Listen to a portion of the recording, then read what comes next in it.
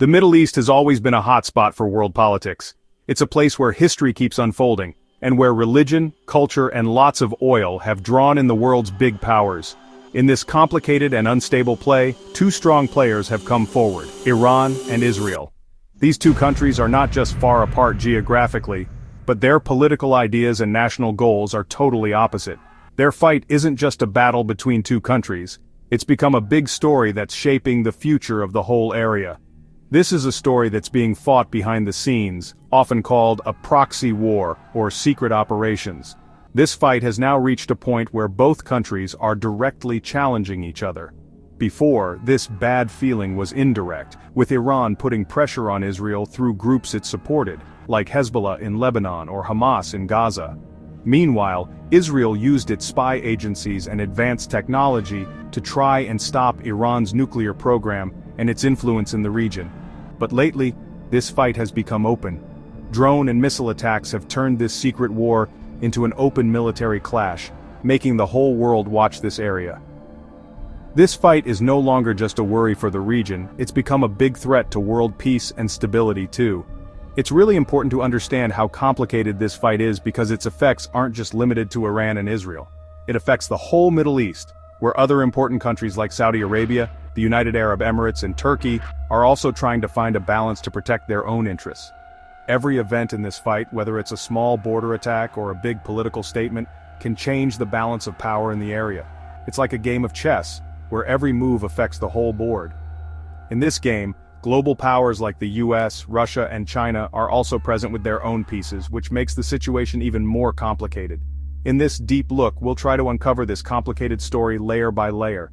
We'll try to understand how these two countries, who used to be friends, became each other's biggest enemies today.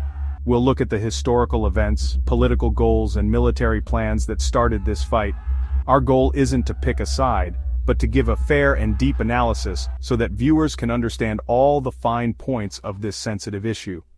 It's important to know how deep the roots of this fight are and what its future means for the Middle East and the rest of the world. Today, looking at the bad blood between Iran and Israel, it's hard to imagine that there was a time when these two countries were friends. Before the Iranian Revolution in 1979, when Iran was ruled by Shah Mohammad Reza Pahlavi, both countries had strong ties in diplomacy, money, and military matters. Back then, both Iran and Israel were big friends of America and worked together on a plan to stop the Soviet Union from getting too much power in the Middle East. Israel saw Iran as a sure source of oil, while Iran saw Israel as a key partner for advanced military tech and farming know-how. This friendship was so deep that Israel even helped train Iran's secret service. But in 1979, everything changed. The Islamic Revolution happened in Iran, and the Shah's government was overthrown. Ayatollah Ruhollah Khomeini, who came to power, completely changed Iran's foreign policy. He called America the Great Satan, and Israel the Little Satan. According to Khomeini's ideas, Israel was an illegal and expanding group in the heart of the Middle East that needed to be wiped out by the Islamic world. This change in thinking instantly turned a decades-old friendship into a bitter rivalry. Iran cut off all official ties with Israel and gave the Israeli embassy in Tel Aviv to the Palestinian Liberation Organization, or PLO. This was a symbolic move that clearly told the world that Iran would no longer accept Israel's existence. This bad blood was built on different ideas. While Israel is a Jewish nation and sees itself as a strong place for democracy in the Middle East, revolutionary Iran set itself up as a Shia Islamic republic, aiming to spread its revolution's ideas across the entire Islamic world. For Iran's new leaders, the Palestinian issue wasn't just a political fight, it became a religious and moral duty. They made resistance against Israel a main part of their foreign policy. This new hostility changed Middle Eastern politics forever, starting a conflict that is still going on today and getting even deeper over time. Over time, this difference in ideas turned into an active military and strategic clash. Instead of directly challenging Israel, Iran started building a network of groups that work for them, known as the Axis of Resistance. This includes Hezbollah in Lebanon, Hamas and Islamic Jihad in Gaza, Bashar al-Assad's government in Syria, and the Houthi rebels in Yemen. These groups get money, military help, and ideas from Iran, and they constantly pose a threat on Israel's borders. This way, Iran adopted a plan that allowed it to constantly bother and surround Israel without getting into a direct war. This journey from friendship to hostility is a major chapter in the history of the Middle East. The fight between Iran and Israel isn't just about two countries being enemies, it's part of a bigger struggle to be the top power in the Middle East. Both countries see themselves as major players in the area and want to spread their influence. Israel wants to stay strong with its advanced military, new technology, and tight bond with America.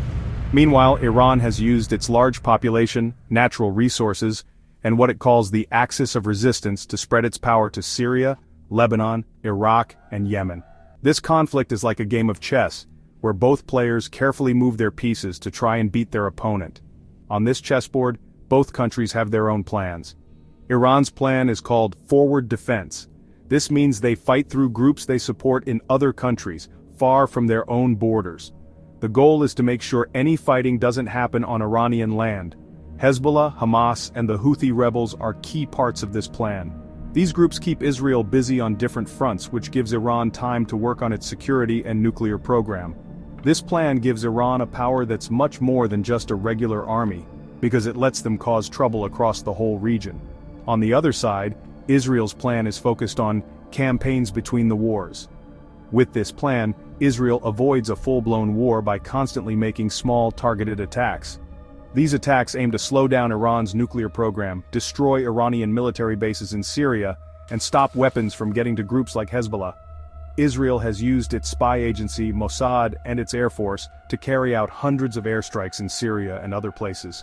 Also, cyber attacks and killing important Iranian scientists and commanders are part of this plan. This is a constant, low-level fight that aims to keep weakening Iran. Other regional and global powers also play a big part in this fight for power. Sunni Arab countries like Saudi Arabia and the United Arab Emirates see Iran's growing power as a big threat to them. This shared enemy has recently led to an unofficial team-up between Israel and these Arab countries, which was made official by the Abraham Accords. Meanwhile, Russia and China have strong money and military ties with Iran, and they often defend Iran at the United Nations. America has always been Israel's biggest supporter, but its policies change from time to time. This complicated mix of friends and rivals makes this chess game even harder, where every player makes their moves based on what's best for them.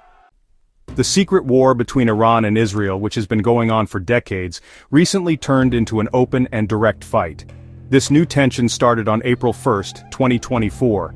That's when there was a suspected Israeli airstrike on the Iranian consulate in Damascus, the capital of Syria. In this attack, several high-ranking officers were killed, including 2 senior generals from Iran's Islamic Revolutionary Guard Corps. This was a huge blow for Iran. Not only was it an attack on a top military leader, but it was also on a diplomatic building, which is seen as a symbol of their country's power. Iran saw this attack as if it happened on their own land, and promised to get revenge. After this attack, the whole world held its breath. Everyone was guessing when, where, and how Iran would strike back. After about 2 weeks of waiting, on April 13, 2024, Iran responded. It launched a huge attack on Israel with over 300 drones, cruise missiles, and ballistic missiles. This was the first time Iran had directly attacked Israel from its own land. The goal of this attack was less about hurting Israel and more about showing off its power and sending a message that it could respond to any attack. This was a carefully planned move that brought the Middle East to the edge of a big war. However, Iran's attack mostly failed. Israel used its strong air defense system, which includes Iron Dome, David's Sling, and Arrow systems, to destroy almost 99% of the missiles and drones in the air. The United States, Britain, France, and Jordan also helped Israel with this defense. This successful defense once again showed Israel's advanced technology. But it also raised another question. What would Israel do now? Would it strike back at Iran for this direct attack? There was a big debate in Israel and among other countries about whether a counterattack was needed or if it would be better to stay calm. Finally, Israel decided to respond with a small counterattack. On April 19th, Israel launched a small attack targeting a military airport near Iran's Isfahan city. This attack was also very careful. Its goal was to show Iran that Israel could attack inside its borders, but that it didn't want to make the fight worse. Iran also didn't make a big deal out of this attack, and both sides have currently stepped back from a big war. But these events have set a new and dangerous example. Now both countries have crossed the line of directly attacking each other. This greatly increases the risk that any small event in the future could turn into a big war. What's been happening lately between Iran and Israel isn't just a quick problem. It's the beginning of a long and complicated fight. This conflict has many layers. It includes old rivalries, different religious beliefs, political goals, and military plans. You can't understand it by looking at just one event or only one side's view. This is a story with many characters, and each one has their own interests and their own tough situations. To understand this story, we need to look closely at every part of it. That way we can see where this conflict started, where it is today, and where it might go in the future. A big part of this conflict is Iran's nuclear program. Israel and many Western countries say Iran is secretly trying to build nuclear weapons. Israel sees this as the biggest threat to its existence. It has said many times that it will do whatever it takes to stop Iran from becoming a nuclear power, even using military action. But Iran always says its nuclear program is only for peaceful things like making energy and for medical research. This nuclear issue makes the distrust between the two countries even deeper. It brings this conflict to a dangerous point, where even a small misunderstanding could lead to terrible results. Also, proxy wars are another big part of this conflict. Iran has set up a network of groups it supports from Lebanon to Yemen. These groups are a constant headache for Israel. Hezbollah has thousands of rockets and missiles that can hit any city in Israel. Hamas and Islamic Jihad in the Gaza Strip are always a threat to Israel. Iran's military presence in Syria is another worry for Israel. Israel keeps trying to weaken these proxy groups, but it's a fight that seems to have no end. These proxy wars stop the two countries from fighting each other directly, but they also make the whole region unstable. With this analysis, we want to give you a full and fair understanding of this many-sided conflict. We will open up every act of this story, from the roots of the tension to its effects on military plans and world politics. We will see how this conflict affects not just the Middle East, but also the world's economy, energy safety, and diplomatic relationships. This is a story that is still being written. What happens in its next chapter will affect the future of not only Iran and Israel but all of us. Let's dive deep into this complex and important issue and try to understand it. The deepest and most dangerous root of the tension between Iran and Israel is Iran's nuclear program. This issue isn't just a disagreement between the two countries, it's a fight for survival. For Israel, a nuclear-armed Iran is a direct threat to its existence. Israeli leaders keep saying that they will not let Iran build a nuclear bomb, no matter what. This fear grows because some hardline leaders in Iran have publicly said they want to wipe Israel off the map. From this point of view, Israel cannot accept Iran having nuclear weapons in any way, and to stop it, they keep all options open, including military action. On the other hand, Iran sees its nuclear program as a symbol of its country's independence and its progress in technology. It keeps insisting that its program is only for peaceful purposes like making electricity and medical isotopes.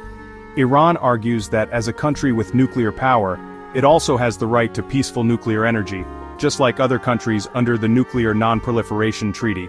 Iran also says that it lives in an area where its neighbors have advanced weapons, and Israel itself has undeclared nuclear weapons. So, building a strong way to deter attacks is necessary for its national security to protect itself. This nuclear disagreement has led to a long and secret war. Israel, through its spy agency Mossad, has been working for decades to mess with Iran's nuclear program.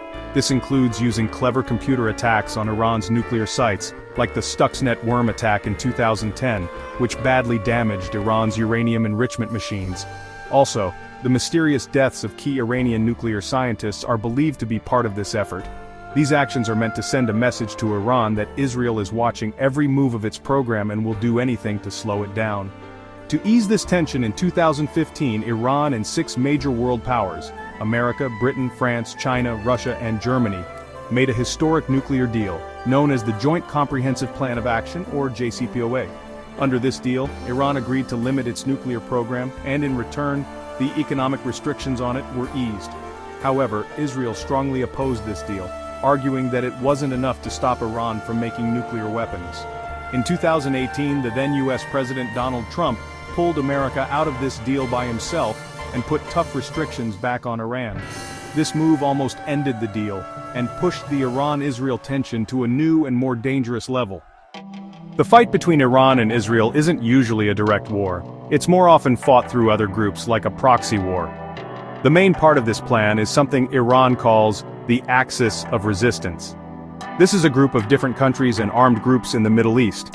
They all work together and support Iran's ideas and plans. The main goal of this group is to push back against America and Israel in the region. Iran helps these groups with money, weapons, training, and political support. This makes them a constant threat to Israel and its friends. This plan lets Iran keep its enemies busy far from its own borders, so it doesn't have to deal with a direct fight itself. The strongest and most important member of this axis of resistance is Hezbollah from Lebanon. This Shia Islamic group started in the 1980s with Iran's help.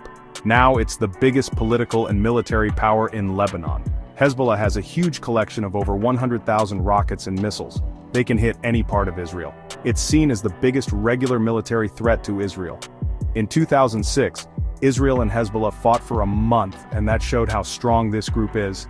Even now, there's always tension at the Lebanon-Israel border. A small spark could start a big war that would affect the whole region. Iran's influence is also clear in the Palestinian areas.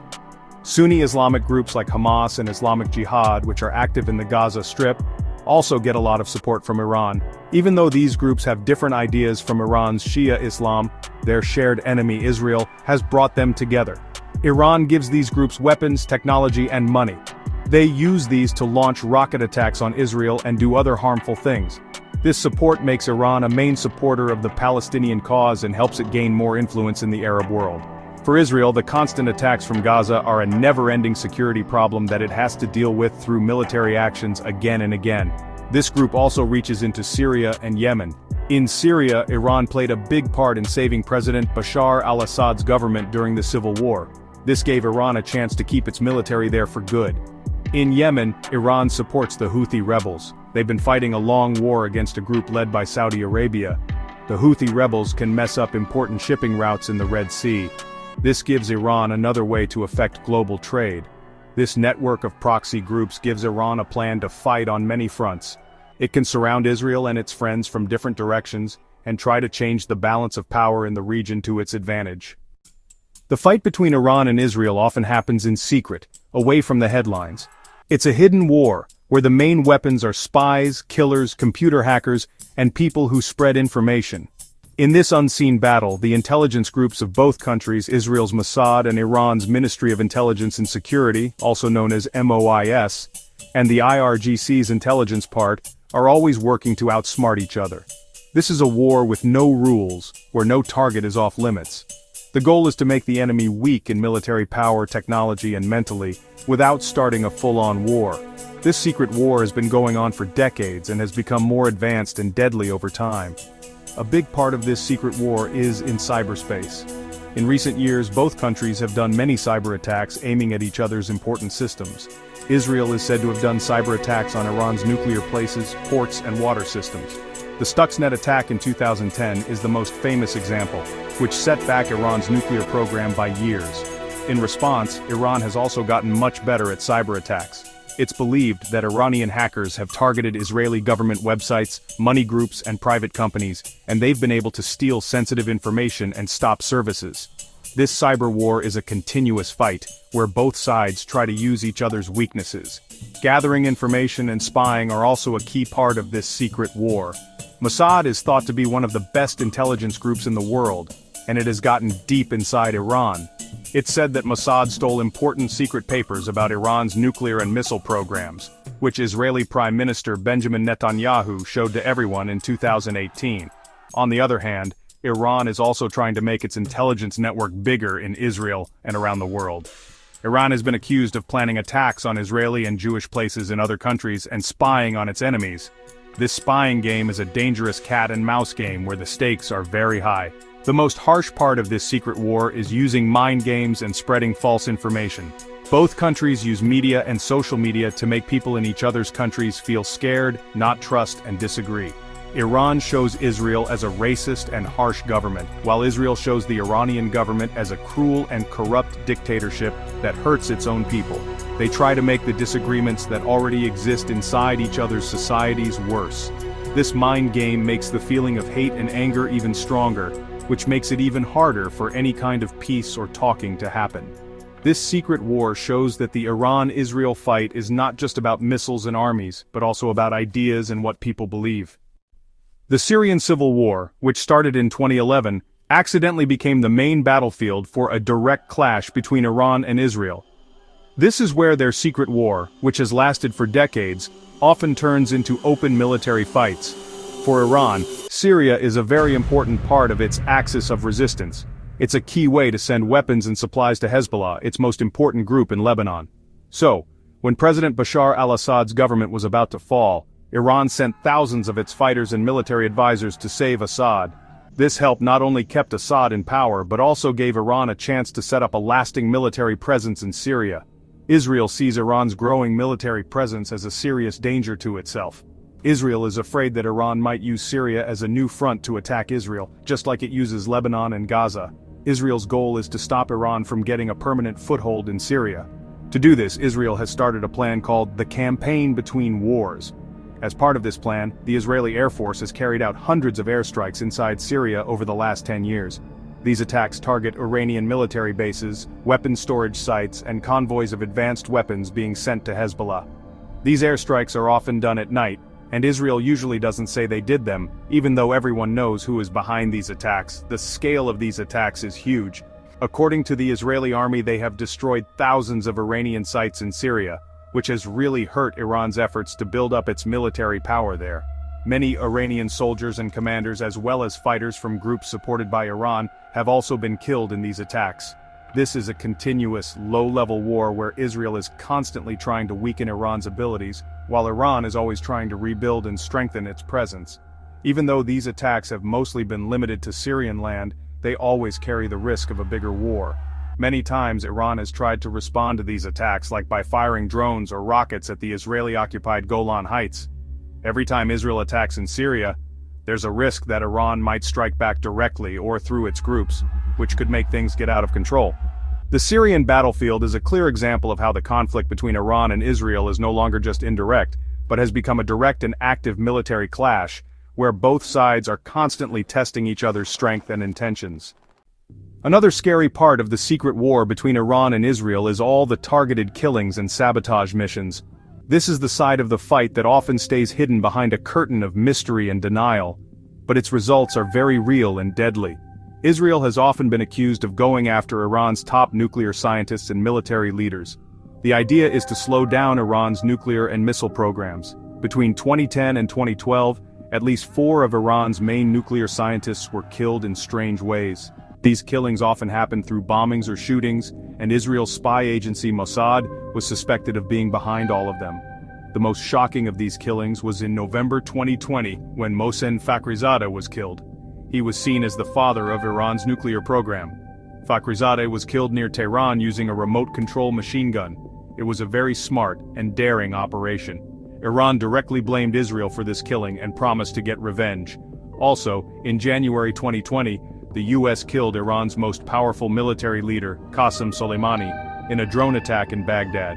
Even though it was an American operation, it's believed that Israel helped with information. Soleimani's death was a huge blow to Iran and made the tension in the area dangerously high. These killings aren't just about getting rid of people, they also have a big goal of making people feel a certain way. They create a feeling of fear and paranoia within Iran's leaders and security groups. They send a message that no one, no matter how important or safe they are, is out of Israel's reach. This can also make Iran's scientists and engineers not want to work on its sensitive programs. Plus, there have been many sabotage missions inside Iran. There have been strange explosions and fires at important nuclear sites like Natanz, and Iran has blamed Israel for these acts of sabotage. These events show how weak Iran's security is. In response, Iran has also been accused of planning killings and terror attacks against Israeli and Jewish interests around the world. Iran and Hezbollah were blamed for the bombings of the Israeli embassy and a Jewish community center in Argentina in the 1990s. In recent years, Iran is also suspected of being behind failed attempts to target Israeli diplomats in several countries, including India, Thailand, Georgia, and Azerbaijan. This eye for an eye way of doing things makes the fight even more brutal and spreads it to different parts of the world. This cycle of killings and sabotage makes the distrust and hate between both sides even deeper, making any hope for a peaceful solution fade away. In recent years, there's been a big shift in Middle East politics. A major turning point was the Abraham Accords in 2020. These agreements, helped by the United States, led to the United Arab Emirates and Bahrain making their relationship with Israel normal. Sudan and Morocco then followed suit. This was a huge step because for decades, most Arab countries refused to recognize Israel until the Palestinian issue was solved. These agreements broke that old idea and opened doors for new partnerships in the Middle East. A big reason for this change was Iran's growing power in the region and its nuclear goals. A shared fear brought these Arab countries and Israel together. Iran. Sunni kingdoms like Saudi Arabia, the United Arab Emirates, and Bahrain see Iran's Shia revolution and its network of allies as a serious threat to their existence. Iran's nuclear program worries them just as much as it worries Israel. This shared feeling of danger turned years of secret cooperation into an open and official alliance. The Abraham Accords aren't just diplomatic agreements, they're the start of a new regional security group against Iran. This group focuses on sharing information, doing military exercises together, and working on advanced defense technology. These agreements have made Iran even more isolated. Before, Iran used the Palestinian issue to show unity with the Arab world. But now, with major Arab countries doing business, tourism, and security cooperation with Israel, Iran's claim has weakened. This is a big setback for Iran because it limits its power in the region and gives Israel new friends nearby. For Israel, these agreements are a big diplomatic win. They not only give it financial and strategic benefits but also strengthen its stance against Iran. Now, Israel can argue that it's not alone in seeing Iran as a threat. However, these agreements have also split the Middle East into two clear sides. On one side are Israel and its new Arab friends, supported by the US. On the other side is Iran and its axis of resistance, with some support from Russia and China. This changing situation has made tensions worse, not better. Iran sees these agreements as a plot against it, and has called these Arab countries traitors. In this new environment, any regional event could easily lead to a bigger fight between these two sides. The Abraham Accords mark a new era for the Middle East, but whether this era will bring peace or more conflict remains to be seen. When you compare the regular military power of Iran and Israel on paper, you see a clear imbalance. Iran, because it has a huge population and is geographically large, has a much bigger army. It has about 580,000 active soldiers and 190,000 members in the Islamic Revolutionary Guard Corps. This makes it one of the biggest standing armies in the Middle East. Plus, Iran has millions of trained reserve soldiers who can be called up if needed. Iran's military plan relies on its large number of people and its ability to fight a long, tiring war. This bigger number makes Iran a tough opponent, and it would be very hard for any country to beat them in a ground fight. On the other hand, Israel's army, called the Israel Defense Forces, is much smaller. It has about 170,000 active soldiers, but its real strength comes from its skilled and well-trained reserve forces, which number around 465,000. Israel can't match Iran in terms of people because its population is smaller, so it has focused its military plan on technology and quality.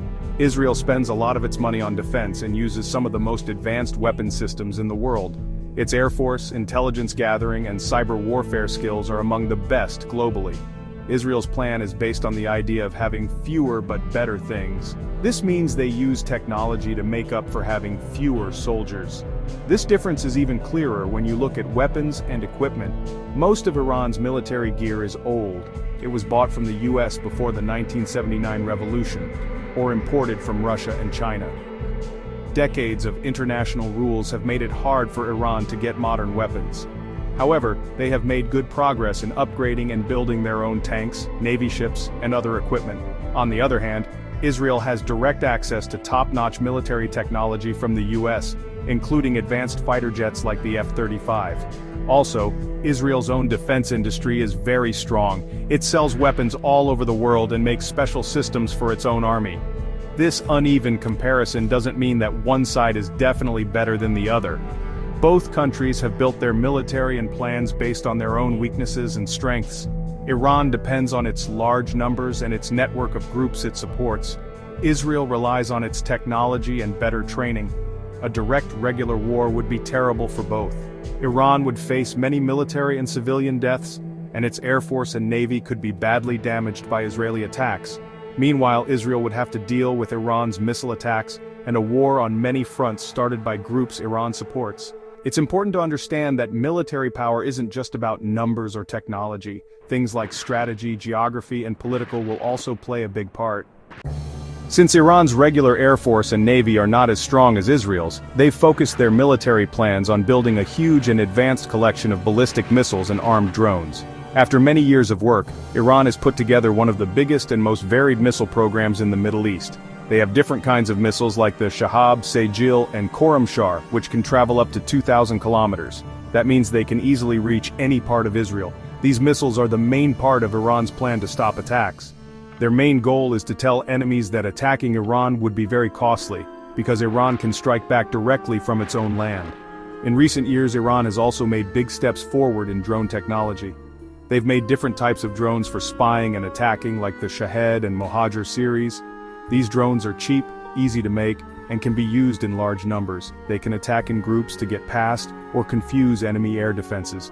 Iran not only uses these drones themselves, but they also give them to their allies, like Hezbollah in Lebanon and the Houthis in Yemen. The use of Iranian drones in the war between Russia and Ukraine showed everyone how effective they are.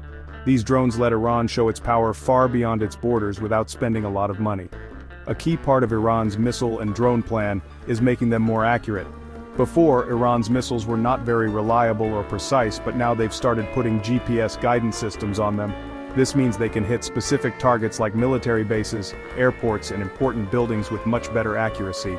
This is a concerning development because it lets Iran cause more damage with fewer missiles.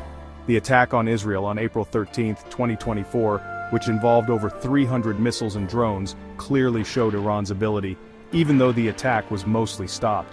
This attack was a strong sign of Iran's ability to deter and its willingness to act. Israel takes this threat very seriously. Iran's missile and drone program is a big challenge for Israel. It's not just a direct danger to Israeli people, but it also challenges Israel's air force superiority. Israel has a two-part plan to deal with this threat. First, they try to slow down or stop Iran's missile and drone production by doing secret missions and airstrikes on their production sites. Second, they've built a very advanced and layered air defense system designed to stop these attacks. This is an ongoing technological race between missiles and air defense, which will shape what happens next in this conflict. Facing more and more missile and rocket threats from Iran and groups working with them, Israel has built one of the world's best and most complete air defense systems. This system acts like a multi-layered shield, made to stop different kinds of threats coming from different distances and heights. It's not just one system, but many systems working together as one big network to keep Israel's skies safe. This shield has stopped countless attacks and given Israeli citizens a big sense of safety. This gives the government time to think about military and diplomatic choices during tough times. It's a super important part of Israel's plan for keeping the country safe. The lowest and most famous part of this shield is called Iron Dome. It's made especially to stop short-range rockets and mortar shells fired from Gaza and Lebanon. Since it started working in 2011, Iron Dome has stopped thousands of rockets with a success rate of over 90%. This system uses radar to find incoming rockets, figures out where they're going, and decides if they'll land in a populated area. If they will, it launches a missile that blows up the rocket in the air. Iron Dome has helped a lot in keeping city life in Israel pretty normal, even when there's fighting at the border. For medium-range threats, like cruise missiles and short-range ballistic missiles, Israel uses the David's Sling system. This system fills the gap between Iron Dome and the higher-level systems. It can stop threats from about 25 to 185 miles away. David's Sling was made to fight bigger and more advanced missiles fired by Hezbollah and from Syria. This adds another important layer to Israel's defense, making sure different kinds of air threats can be dealt with well. This system started working in 2017 and has made Israel's shield even stronger. The highest layer of defense is the Arrow system. It's made to stop long-range ballistic missiles just like the ones Iran has. The Arrow system, which was built with the US, includes Arrow 2 and Arrow 3 interceptors. These interceptors can destroy ballistic missiles outside of Earth's atmosphere, right in space. This gives Israel a strong defense against Iran's most dangerous weapons. On April 13, 2024, the Iron Dome, David's Sling, and Arrow systems all worked together to stop the attack by Iran. This multi-layered approach gives Israel a strong defense, but it's not perfect, and a very big, planned attack could still get through it. The fight between Iran and Israel isn't just on land, in the air, or at sea. It's also happening in the digital world. Cyberspace has become the fifth front in this conflict. It's an invisible battlefield where hackers and digital spies attack each other's important systems, government networks, and military computers. This kind of war costs less, but can cause a lot of damage. It can be fought without borders, and it's often easy for the attackers to hide who they are. Both Iran and Israel have built up strong cyber skills, and they're always in a low-level cyber war against each other. This is a front where just one good attack could cause huge problems, like shutting down power or stopping money systems. Israel is seen as a world leader in cyber warfare. They have a famous spy group called Unit 8200. This group is often compared to America's National Security Agency and trains some of the smartest cyber experts in the world. Israel has used its cyber skills to mess with Iran's nuclear program. The most famous example is the Stuxnet attack in 2010. This was a very complex computer worm that was made to break the machines used to enrich uranium at Iran's Natanz center. This attack showed that cyber weapons can cause real damage in the physical world. Since then, Israel has also been accused of cyber attacks on other important places in Iran, like their ports, gas stations, and train systems. In response, Iran has also put a lot of money into its cyber abilities and has gotten much better in the last 10 years. Many hacker groups linked to the Islamic Revolutionary Guard Corps have appeared, carrying out cyber attacks all over the world. Iran has targeted Israeli government websites, water systems, hospitals, and private companies. Even though Iran's attacks are often not as fancy as Israel's, they can still cause problems and have successfully stolen private information or stopped services. Iran uses cyber warfare not just to cause damage, but also to spread false information and make people in Israel feel scared and not trust each other. This constant cyber fight is a dangerous game of cat and mouse. Both sides are always looking for weak spots in each other's defenses and coming up with new ways to attack and protect themselves. A big risk of this war is that it could accidentally get out of control. A cyber attack that was meant to cause only a little trouble could unexpectedly cause a lot of damage, leading to a real military response. For example, if a cyber attack shuts off power to a hospital or stops a water plant, causing people to die, it could be seen as an act of war. As the world becomes more digital, the cyber front will play an even bigger and more dangerous role in the Iran-Israel conflict. Even though the main focus of the Iran-Israel fight is on land and air battles, there's also a secret war growing at sea. This naval fight often happens in some of the world's most important shipping lanes, like the Strait of Hormuz, the Red Sea, and the Mediterranean Sea. Both Israel and Iran have attacked commercial ships linked to each other. This is known as the tanker war, or shadow war at sea. These attacks are usually done in ways that make it hard to prove who is responsible, like using limpet mines or drones so they can avoid taking direct blame. This sea battlefront is a serious danger to world trade and energy safety. Iran's navy uses a strategy that focuses on being different. Its regular navy is pretty small, but the naval part of the Islamic Revolutionary Guard Corps has thousands of small, fast attack boats, submarines, and anti-ship missiles. The goal of this plan is to bother and stop a bigger navy in narrow waterways like the Strait of Hormuz. The Strait of Hormuz is a very important choke point for about 1/3 of the world's oil trade by sea. Iran has often said that if it's attacked, it will close this waterway. This would make global oil prices go way up and cause big problems for the world economy. Iran's Houthi friends in Yemen also make this sea danger worse by attacking ships in the Red Sea. On the other hand, Israel's navy mainly focuses on protecting its coast and keeping its sea trade routes safe in the Mediterranean Sea. Even though it's smaller than Iran's, it's very advanced with modern ships called corvettes, submarines, and missile boats. It's believed that Israel's Dolphin-class submarines can carry nuclear-capable cruise missiles, which gives Israel a strong way to strike back if needed. Israel is accused of many secret attacks on Iranian cargo ships in the Red Sea and Arabian Sea, especially those that were secretly moving weapons or oil to Hezbollah in Syria. These attacks are part of Israel's plan to mess with Iran's network of helpers and put money pressure on them. This sea conflict is a dangerous game for both sides. Each attack risks causing a counterattack, which can slowly make things more tense. A successful attack on a commercial ship that kills crew members or causes a lot of environmental damage, like a big oil spill, could easily lead to a bigger fight.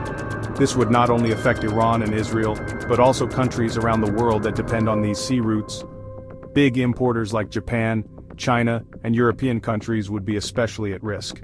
So this secret war happening at sea is a big challenge for the whole world to keep peace and stability. After decades of secret and indirect fighting between Iran and Israel, the direct attacks in April 2024 brought this big question to the front. Is a full-scale war between these two countries possible? The answer to this question, to be honest, is pretty complicated and depends on many things. On one hand, both sides see each other as a threat to their very existence, and their bad feelings run very deep.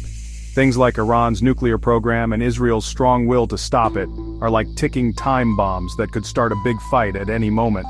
Recent events have shown that both sides are ready to break old, unspoken rules and attack each other directly. This makes the chance of a war starting by accident much higher. However, both sides also have strong reasons to avoid a full-scale war. Both countries know very well that such a war would lead to terrible outcomes. For Iran, a war could destroy its nuclear sites, military buildings, and economy, which might even put its government at risk. For Israel, a war would mean facing thousands of missiles from Iran and its helpers, especially Hezbollah. This could cause huge damage and many deaths in its cities like never before. The money cost of this war would also be very high. That's why, so far, both sides have avoided a full-scale fight, choosing instead to keep things under control, which you could call balancing on the edge of war. The role of international powers, especially the United States, is also very important in the chance of war. America is Israel's most important friend and is committed to keeping it safe. However, Washington also wants to avoid getting pulled into another big war in the Middle East. If there's a direct fight with Iran, America would likely give defensive help to Israel, just like it did when it stopped Iran's missile attack. But America is also constantly pushing both sides to act carefully. Russia and China, who are close with Iran, also want things to be stable in the area and would also be against a big war. This international pressure acts as a strong way to stop things from getting worse. In the end, the future is uncertain. While both sides currently want to avoid a full-scale war, the situation is very unstable.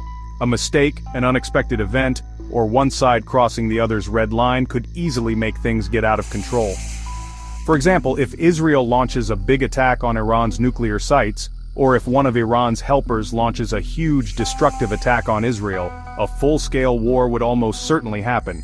The conflict has entered a stage where the old rules don't apply, and both countries are on a dangerous and unknown path.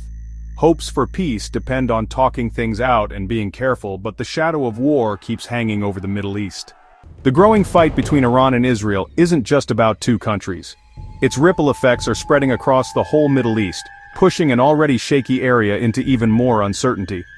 Every twist and turn in this conflict, whether it's a missile attack or a diplomatic statement, causes worry and unease in neighboring countries. Places like Lebanon, Syria, Iraq, and Yemen, where Iran has a lot of influence, could become direct battlefields in this fight. Groups that Iran supports, like Hezbollah and the Houthi rebels, would quickly jump into any big conflict, which could turn this fight into a regional war. This puts pressure on these countries' already weak governments and makes humanitarian problems even worse. This tension is also affecting countries like Jordan, which is located right between Israel and this conflict. When Iran fired missiles at Israel, Jordan shot down some of them to protect its own airspace. This move put Jordan in a tough spot. On one hand, it had to protect its own safety, but on the other hand, it faced anger from Iran and its own people who support action against Israel. This shows how the conflict pulls in countries that don't want to be directly involved. They have to keep a very delicate balance, where one wrong step could cause serious problems. This conflict also fuels old religious divides in the region, the tension between Shia and Sunni Muslims. Iran sees itself as the protector of Shia Islam, while Gulf countries, led by Saudi Arabia, are Sunni.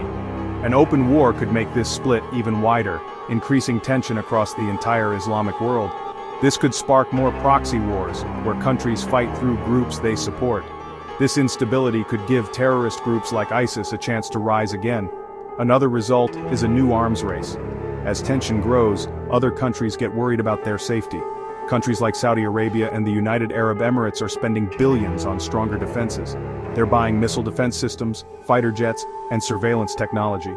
This arms race makes the region more militarized, making chances for peace even smaller.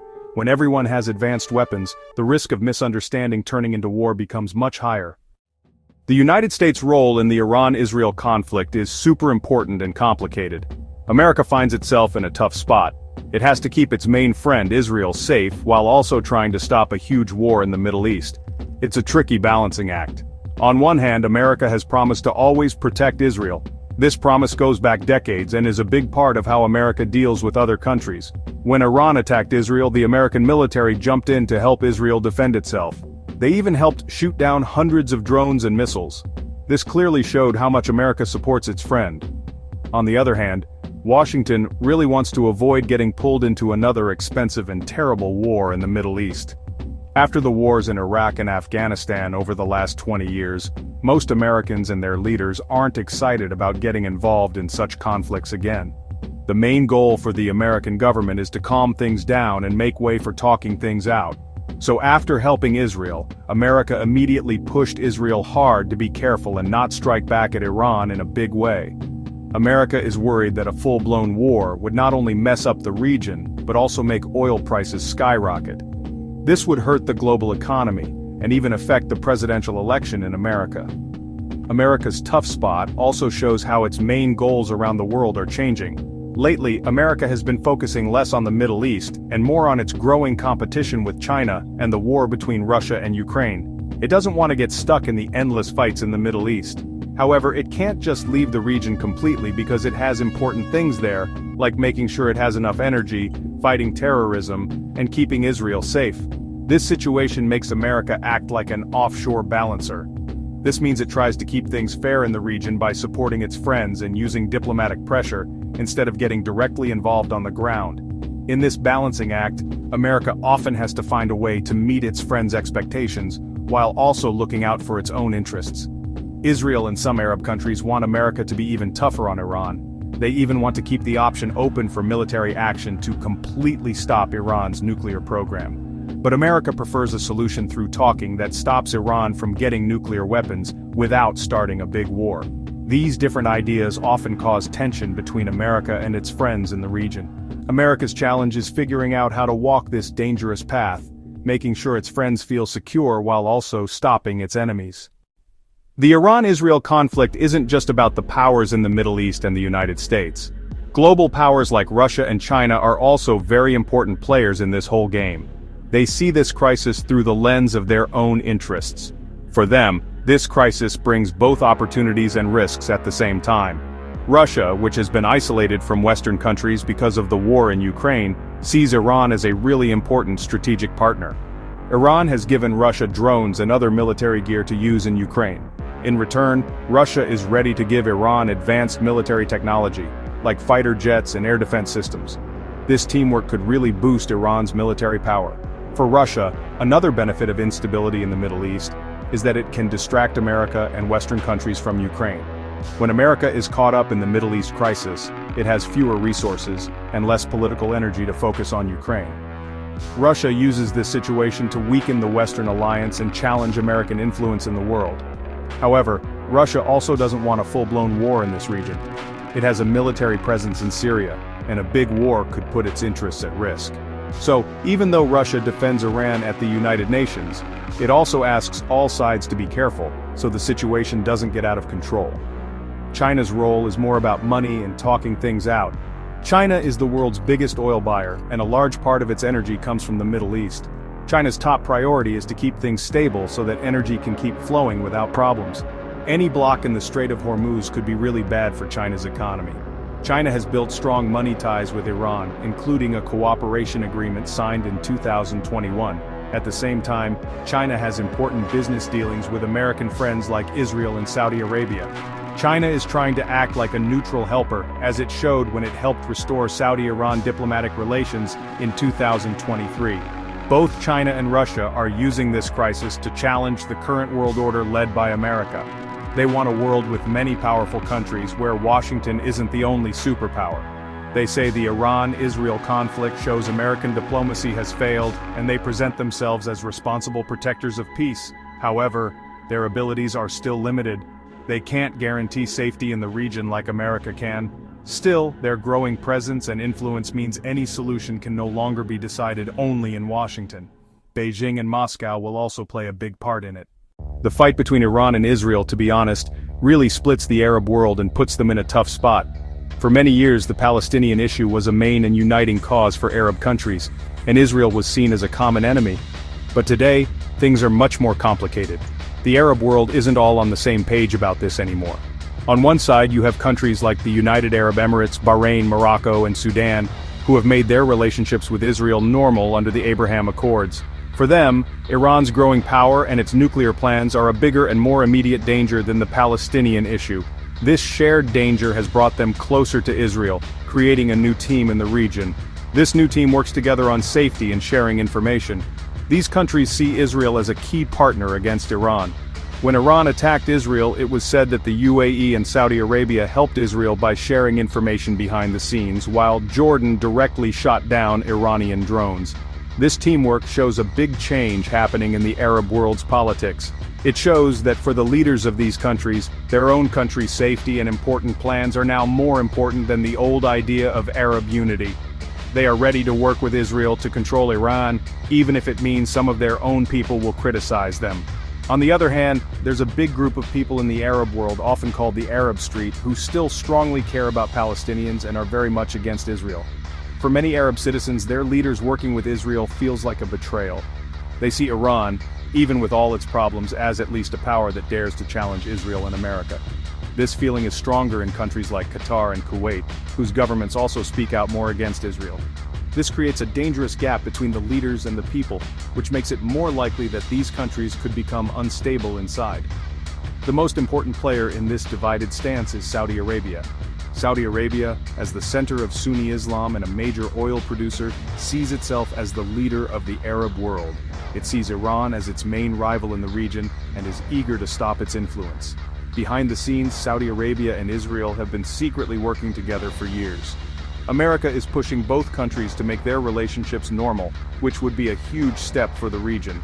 However, Saudi Arabia is still not sure because it also has to think about its traditional position on the Palestinian issue and the feelings of its people. Saudi Arabia's next move will play a key role in deciding what the future of this region looks like. You could say the shadow of the Iran-Israel conflict hangs directly over global energy markets. The Middle East is the world's most important region for producing oil and gas. Any big fight there could really mess up energy supplies and prices. The biggest risk from this conflict is linked to the Strait of Hormuz. This is a narrow waterway between Iran and Oman. About 20% of the world's oil goes through this strait. Iran has said many times that if they are attacked, they will close this strait. If that happens, there would be a huge drop in global oil supply, and oil prices could skyrocket overnight. This isn't just a made-up danger. In recent years, there have been many tanker attacks in this area. Both Iran and Israel have targeted commercial ships connected to each other. Also, Houthi rebels in Yemen, who are supported by Iran, have attacked many international ships in the Red Sea. This is another important route that connects Asia and Europe through the Suez Canal. These attacks have made shipping costs and insurance much higher, causing problems for global supply chains. A full-on war between Iran and Israel would make these problems much, much worse. It would turn the world's most important sea trade routes into a war zone. A big jump in oil prices would affect the whole world. Major economies like India, China, Japan, and European countries, which rely a lot on imports for their energy, would be hit the hardest. Higher energy costs would make transportation and manufacturing more expensive.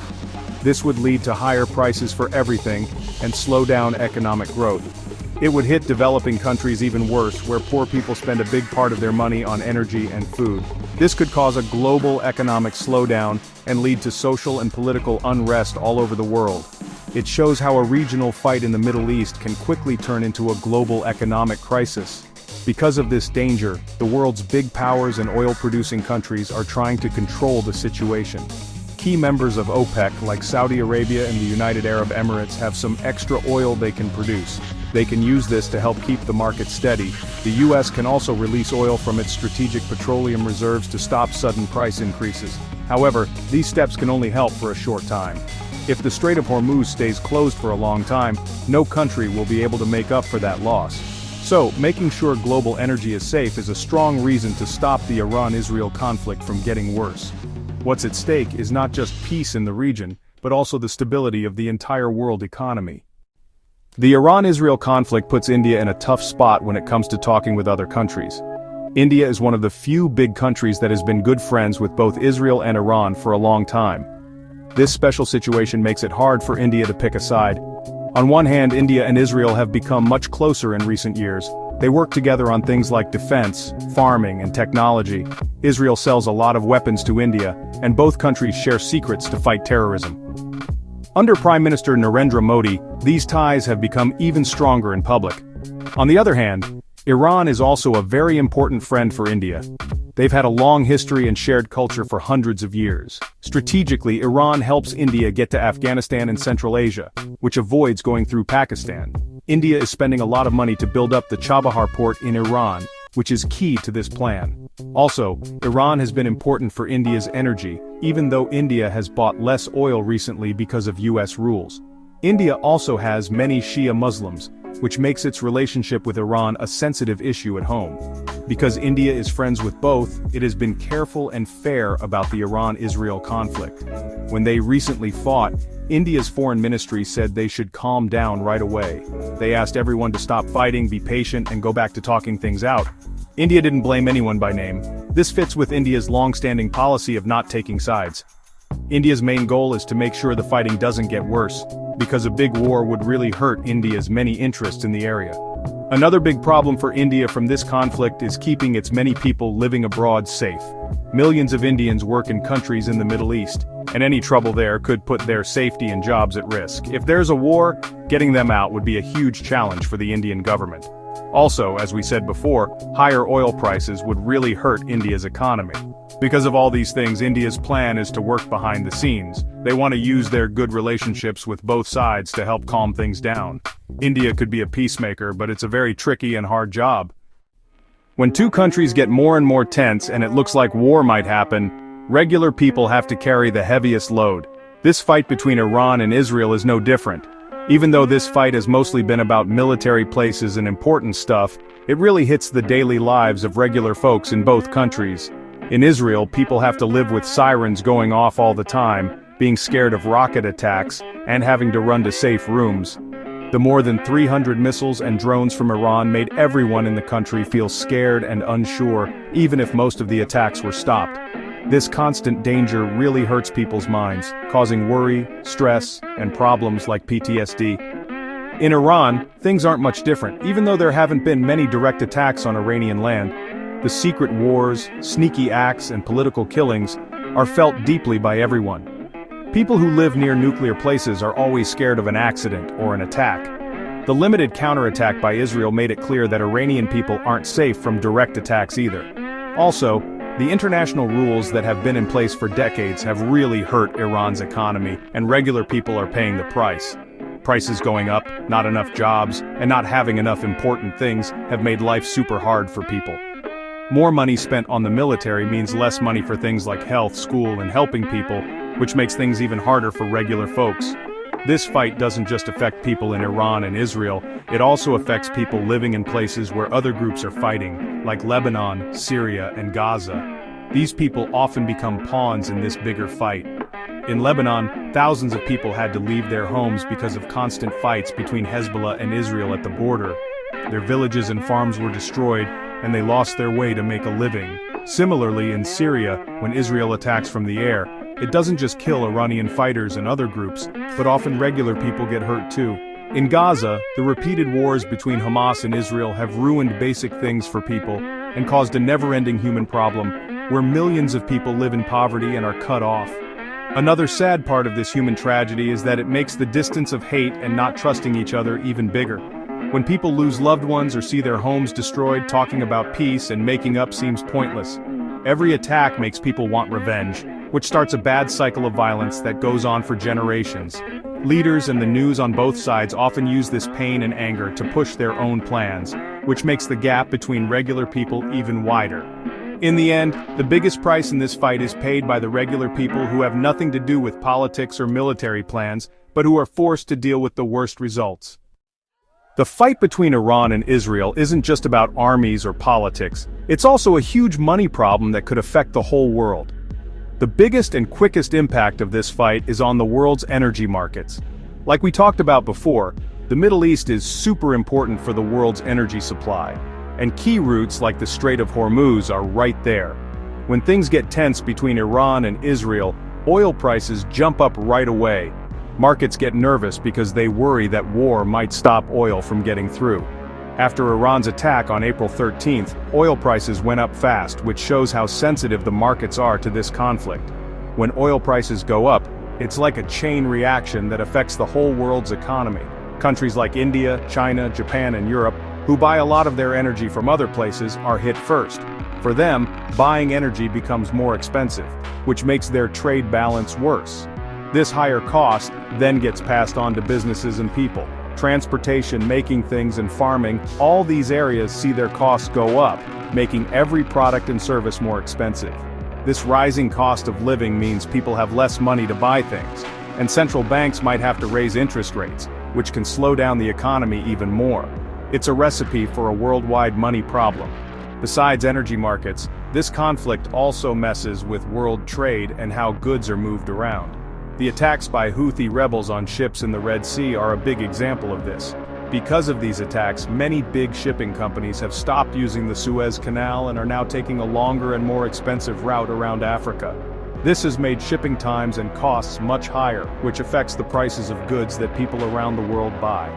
A full-blown war between Iran and Israel could practically close these sea routes, causing huge problems for world trade. Finally, this uncertainty also makes global money markets unstable. Investors try to avoid risk, so they move their money from risky things like the stock market to safer things like gold and the US dollar. This can make stock markets go down and make it hard for companies around the world to get money. Both Israel and Iran's own economies also suffer a lot. In Israel, things like tourism and foreign investments are affected. For Iran, which is already dealing with restrictions, a war could completely destroy its economy. So this conflict isn't just a serious threat to human lives, but also to the world's economic stability. Every big military fight has a really bad and often overlooked result: a huge number of people getting kicked out of their homes and becoming refugees. If there's a full-on war between Iran and Israel, the Middle East could face a massive human crisis, something we haven't seen since the Syrian civil war in 2011. This problem could show up in many ways. First, people living in areas directly hit by the fighting would have to move within their own country. In Israel, people near the northern and southern borders might have to move to safer central parts of the country, just like we've seen in recent fights with Hezbollah and Hamas. In Iran too, people living near borders or military bases might leave their homes to avoid attacks. But the biggest worry is if this fight spreads to nearby countries. If the war completely takes over Lebanon and Syria, the results would be terrible. Lebanon is already dealing with a serious money problem and a weak government. A full-scale war between Hezbollah and Israel, like in 2006, could force millions of Lebanese and Syrian refugees, who are already in Lebanon, to move again. In the same way, Syria, which has been destroyed by over 10 years of civil war, can't handle another big hit. A regional war would make millions of people run from their homes to find safety, creating a huge wave of refugees. This possible refugee crisis would put a lot of pressure on neighboring countries like Jordan, Turkey, and Iraq. These countries are already hosting millions of refugees, mostly Syrians and Palestinians, and their resources and basic services are already stretched thin.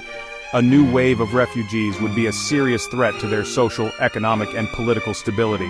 This could lead to a lack of food, water, housing, and healthcare, which could cause tension between the host communities and the refugees. This situation could lead to problems within these countries, making the conflict even bigger. The effects of this crisis wouldn't just stay in the Middle East. A big refugee crisis would also affect Europe. Like we saw during the Syrian crisis in 2015, millions of people might head to Europe looking for safety and a better life. This could heat up political arguments in Europe again, make people more against immigrants, and cause divisions between countries in the European Union. This would be a human tragedy that would have long-lasting political and social effects. It shows how the Iran-Israel conflict, which might seem far away, actually has the power to directly affect the stability and safety of societies all over the world. Modern wars aren't just fought with missiles and tanks. They're also fought on phone screens, TV channels, and social media. In the Iran-Israel conflict, the media has become a powerful weapon. It's used to shape what people think, make the enemy look bad, and make their own side's story seem right. This is a tricky fight about information, false stories, and what people believe. Both sides, Iran and Israel, use smart media plans to push their own views. They try to convince the world that they are the victims, and the other side is the attacker. They also try to make their actions seem like they're just defending themselves and are fair.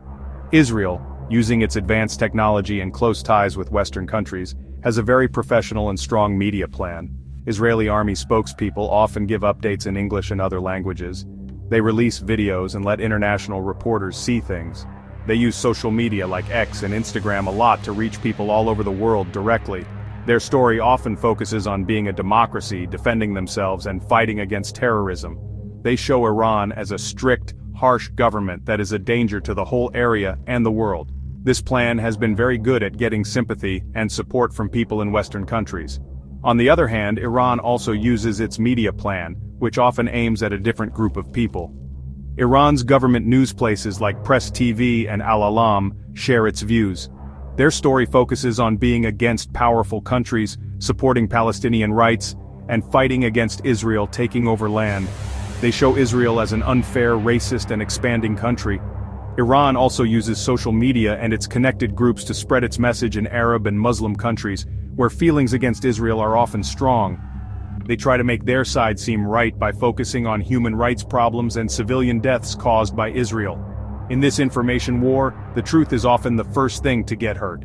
Both sides use false stories, wrong information, and propaganda. Videos are shown out of context, numbers are made bigger, and fake news is spread to cause confusion and distrust about the enemy. It becomes very hard for regular people to figure out what's true and what's not. This fight over stories makes society even more divided, which makes it harder for different sides to talk and understand each other. This is a war that happens alongside the real battlefield, and sometimes it can have an even bigger impact. A long-lasting fight doesn't just mess with money or politics. It deeply and permanently changes how society works and how people think. Both Iran and Israel have been carrying the heavy mental weight of this fight for decades. In Israel, the constant threat of war and terror has made people feel like they're always under attack. Citizens are taught to always be alert and ready for an attack at any moment. Mandatory military service connects every family directly to the army. This means that the experience of war and the worry about it are everywhere in society. This can create a strong national unity and toughness, but it also leads to a deep distrust and fear of the outside world. The constant tension also makes political groups in Israeli society more divided. Safety issues take over national talks. Leaders who promise a tough and strong stance against Iran and other enemies often gain support. Voices that speak for peace and working things out are often seen as weak or disloyal. This situation makes it hard to talk about social and political changes. Every issue starts to be seen through the lens of national safety. Young people are especially affected by this. They grow up in a world where war is seen as a normal and unavoidable part of life. In Iran, the mental impact is different, but just as deep. Decades of being cut off from other countries, money problems, and living under a strict government have created a feeling of hopelessness and disappointment in Iranian society. Many Iranians, especially young people, are angry that their country's money is being spent on fights in other countries. Meanwhile, they are facing money problems themselves. Even with the government constantly spreading anti-Israel and anti-America messages, many citizens are more worried about their own money situation than about the government. This creates a big gap between the government and the people. This conflict also causes divisions within Iranian society. While strong supporters of the government back an aggressive policy against Israel, those who want change and more freedom want better relationships with other countries and more personal freedom. The big protests after Mahsa Amini's death in 2022 showed that there's a strong desire for change within Iranian society. However, outside conflicts often give the government an excuse to stop people from complaining by saying it's a foreign plot. So this endless fight traps both societies in a cycle where outside threats stop changes from happening inside. It passes down fear and hate from one generation to the next. So as we wrap up this deep dive, we find ourselves at a crossroads of a really complicated and many-sided fight. This bad blood between Iran and Israel isn't just because of one thing. It's the result of decades of historical, ideological, and strategic clashes. It's a story that kicked off with the Iranian Revolution in 1979, and has gotten much deeper over time with nuclear ambitions, proxy wars, secret missions, and direct military fights. We've seen how friendship turned into rivalry, how the Middle East chess game is being played, and how recent events have turned this hidden war into an open brawl. This conflict has now reached a point where both countries have crossed the line by directly attacking each other, making the future even more uncertain and dangerous. The core of this conflict is a clash of two very different ways of seeing the world and ideas about safety. For Israel, an Iran with nuclear weapons whose leaders call for its destruction, is a threat to its very existence that must be stopped at all costs. Its entire military and diplomatic plan revolves around this one goal. Meanwhile, Iran sees itself as a big regional power that's challenging American and Israeli dominance. For them, their nuclear program is a symbol of their country's independence, and their network of allies is a necessary defense tool to keep their enemies away from their borders. These two views are so opposite that finding a middle ground seems almost impossible, making this conflict even more complex and unresolved. The direct attacks in April 2024 marked the start of a new and dangerous chapter in this conflict. Even though both sides stepped back from a full-blown war, they've set a precedent that will be hard to undo. Now the rules for responding have changed. Any action taken by either side in the future, whether it's an airstrike in Syria or the killing of a scientist, could lead to another direct military exchange. In this new situation, the chance of making a mistake has gone way up. A small spark, an unexpected event, or wrong intelligence could easily start a war that no one wants, but that no one will be able to stop either. This is a slippery slope that both countries are on. So we're looking at a future that will likely be marked by constant tension, low-level clashes, and big flare-ups from time to time. This is a situation that can be described as neither war nor peace. Both sides will keep using all their tools to weaken each other. Cyber attacks, secret missions, proxy wars, and economic pressure. In this process, the Middle East will remain unstable, the global economy will keep taking hits, and most importantly, ordinary people will keep paying the price. This is a tough picture, but it shows the harsh reality of this conflict. Any hope for peace can only begin by accepting this reality and looking for realistic ways to find solutions. Even with this tough situation, the doors for talking and working things out aren't totally shut. History shows that even the biggest enemies can come to the table to talk when they realize that fighting costs way more than what peace can give. In the Iran-Israel case, the road to peace is long, hard, and full of bumps, but it's not totally blocked. The first and most important step is to calm things down. For this, big international players like the United States, the European Union, Russia, and China need to work together. They need to keep pushing both sides to avoid direct fights and to be careful. It's super important to keep secret ways of talking open called back-channel diplomacy, so misunderstandings can be cleared up and people can keep talking during tough times. Another really important step toward peace is to deal with Iran's nuclear program. The 2015 JCPOA nuclear deal, even with all its problems, proves that a way to work things out through talking is possible. Bringing that deal back or making a new bigger one should be a top goal. This new deal should not only put strong and lasting limits on Iran's nuclear program but also deal with the safety worries of Israel and the Gulf countries, including Iran's missile program and what it does in the region. In return, Iran should get a clear path to get rid of sanctions and join the world economy, which can make life better for Iranian people and make the moderate group stronger within the government. At the regional level, the Abraham Accords give an unexpected chance. These agreements showed that old rivalries can be overcome. By making these agreements bigger and including other important countries like Saudi Arabia, a wide safety plan for the region can be made. The goal of this plan should be to make sure all countries are safe and to create a place to solve problems. Even though Iran might not like such a plan at first, over time, if it feels that it also helps its own safety, it might be encouraged to join. This is a very long-term idea, but it's a goal that should be worked towards. Finally, for any lasting peace, the way people in both societies think will need to change. Many years of propaganda and hatred have made a deep gap of distrust. To close this gap, people-to-people connections need to be encouraged among regular citizens, teachers, artists, and business leaders. This is a very hard job, especially now, but it's needed. When people start to see each other not just as enemies, but as fellow humans, that's when real chances for making up happen. Agreements made by talking are important, but they can't last unless people's minds change on the ground. Getting to a big peace deal might be a long way off, but we can take small, practical steps to get there. We can start by building trust. This means trying to make both sides trust each other more and lower the chance of accidental fights. For example, we could set up a military hotline, like the one the US and the Soviet Union had during the Cold War. This hotline would let military leaders from both countries talk directly during a crisis. This would make it less likely for a war to start by mistake. It's a small step, but it's a big sign that both sides want to avoid disaster.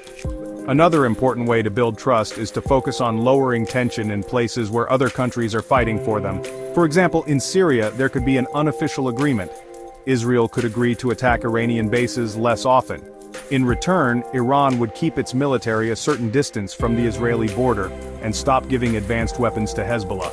Also, trying to turn the ceasefire in Yemen into lasting peace could really lower tension in the area. These steps won't directly solve the Iran-Israel conflict, but they will create a more stable situation where it's possible to talk about bigger problems. There are also chances to build trust through money matters. Giving a break on some restrictions for helping people, like on medicine and medical tools, could be a good sign. This would directly help the Iranian people and show that the world doesn't want to punish ordinary Iranians. Also, we could push for projects where countries in the area work together on money issues like power grids or water management. These projects could include Iran and Israel's neighbors without directly involving them. When countries depend on each other for money, they are less likely to fight. This is because war costs too much money. This can help create a network of shared interests that will fight against bad feelings. For all these steps to work, we need a neutral and trustworthy helper. Countries like Oman and Qatar have helped Iran and Western countries before. The United Nations and the European Union can also play a big part. These helpers can pass messages between both sides, set up secret meetings, and help work out small agreements. This will be a slow and often frustrating process with many setbacks, but every small step, every successful way to build trust, will lay the groundwork for a bigger and more lasting solution. Peace isn't a single event, it's a journey, and this journey starts with these small, practical steps. Our look at things shows a fight between Iran and Israel that's super shaky and could have big problems. It's not just a fight between two countries, it's a problem that could pull in the whole Middle East, mess up money all over the world, and drag big world powers into a fight. What's happened lately makes it clear that the old rules don't work anymore, and we're in a new, more dangerous time. At the heart of this fight are deep-seated distrust, different country goals, and fears about survival, which make any easy fix almost impossible. There is a way to peace, but it needs a lot of talking, self-control, and political will.